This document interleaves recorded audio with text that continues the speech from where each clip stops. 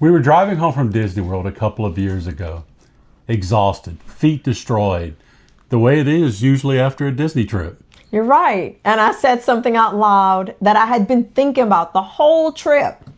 She said, "That was amazing, but I think I need a vacation from our vacation." Yeah. And he looked at me and said, "I was thinking the exact same thing." We've been going to Disney World for decades. We love this place. Genuinely love it. Yeah, but somewhere along the way, Disney started feeling more like a very stressful time than more of a relaxing time. And we think we finally figured out why. I'm Lee. And Lee. With All About the Duck. Hey everybody, I'm Lee with All About the Duck. And we're two Lees in our household. Yes, Lee and Lee. And it gets confusing sometimes. It does. We're Disney travel agents, DVC members, and between the two of us have been to Disney World more times than we could care to admit. But we still love going. That part hasn't changed. But today, we want to have an honest conversation about something we've been thinking a lot about. And we think a lot of Disney fans are feeling the same way we are, and not quite saying it out loud. Let's get into it. To understand why Disney feels more stressful now, you have to remember what planning a Disney trip used to feel like. You called a travel agent or you just showed up. And that was basically it. I know I remember one year we were evacuating for a hurricane and we decided, hey, let's see if they have availability at Disney. So as we drove away from the storm, we literally called Disney and set up a whole trip. When you got there, you got a paper map, maybe a guidebook if you were really organized, and a loose idea of what you wanted to do. The plan was going to fall apart by 10 a.m. anyway, and that was fine. That was actually part of the fun. FastPass existed, sure, but it was simple. You walked up to a kiosk, you grabbed a paper ticket, you came back at the window, done. It took about 45 seconds, and you didn't have to think about it again. Dining reservations existed too. But if you didn't have one, you could usually walk up to most places and get seated eventually. The system had flexibility built into it. There was room to breathe. I remember trips where we made almost no decisions in advance and still had an incredible time. We wandered. We stumbled into things. We decided on a whim to ride something twice because it had a short line. We felt like it. That version of a Disney trip still exists in a memory like it was last week. And every time I open the My Disney Experience app to start planning a trip now, I feel the distance between that memory and this moment very clearly. So what actually changed? Let me count the ways. The My Disney Experience app is now essentially required to have a functional Disney World trip. Disney reservations, mobile ordering, lightning lane purchases, virtual queues.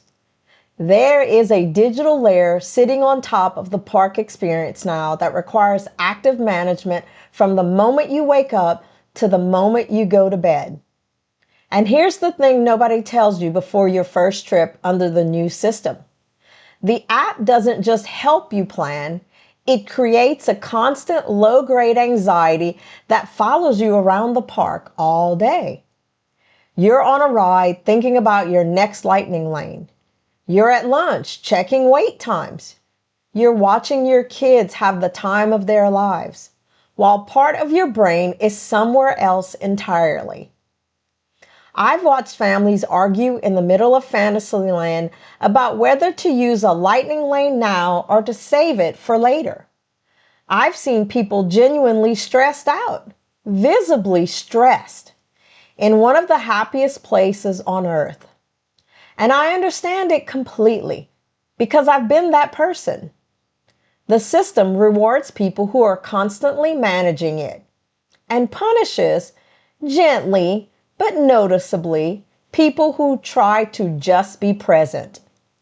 That's a strange thing to say about a vacation, but it's true. And it's not just the parks.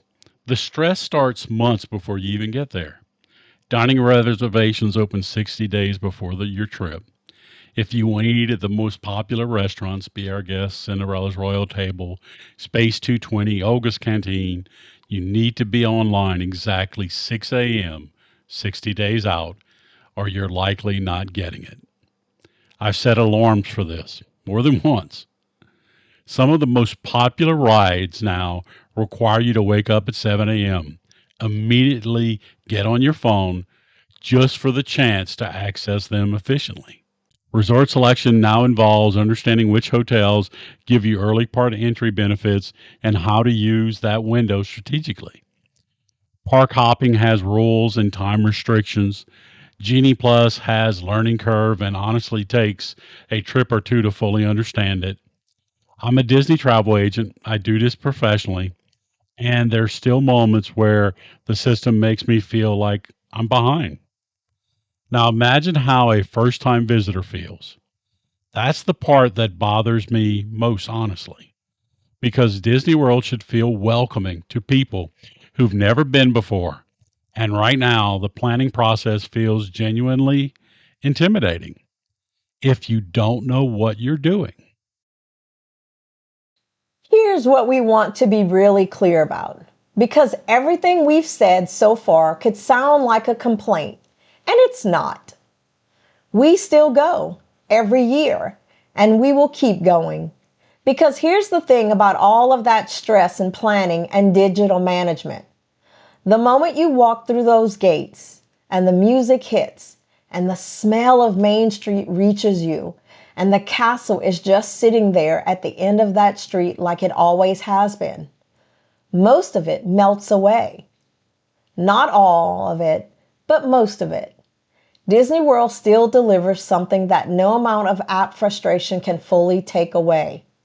The atmosphere, the details, the cast members, the nighttime magic, it's all still there. We talked about it in our last video, and we meant every word. The experience inside these parks is still extraordinary. The planning experience to get there has gotten genuinely hard.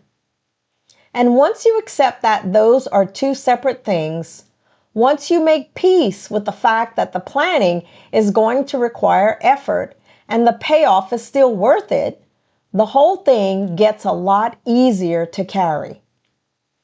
We've learned to front load the stress, do the hard work before the trip, make the reservations, understand the lightning lane system, have loose plans, and then once we're there, put the phone down as much as humanly possible and just be in the place.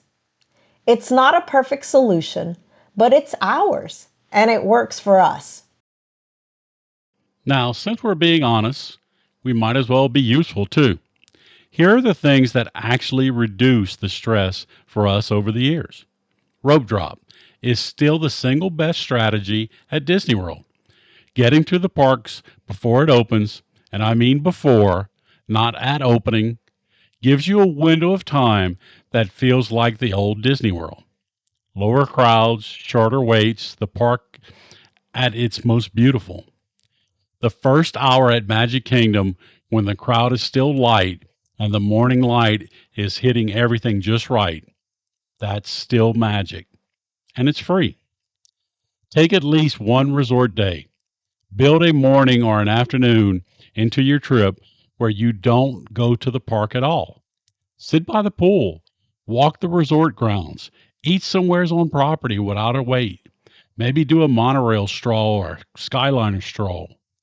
The resort experience at Walt Disney World is genuinely wonderful, and most people never slow down enough to enjoy it. And finally, decide before you go what kind of trip this is. A ride, everything, maximize every minute trip requires a very different mindset than a slower, atmospheric, soak it all in trip.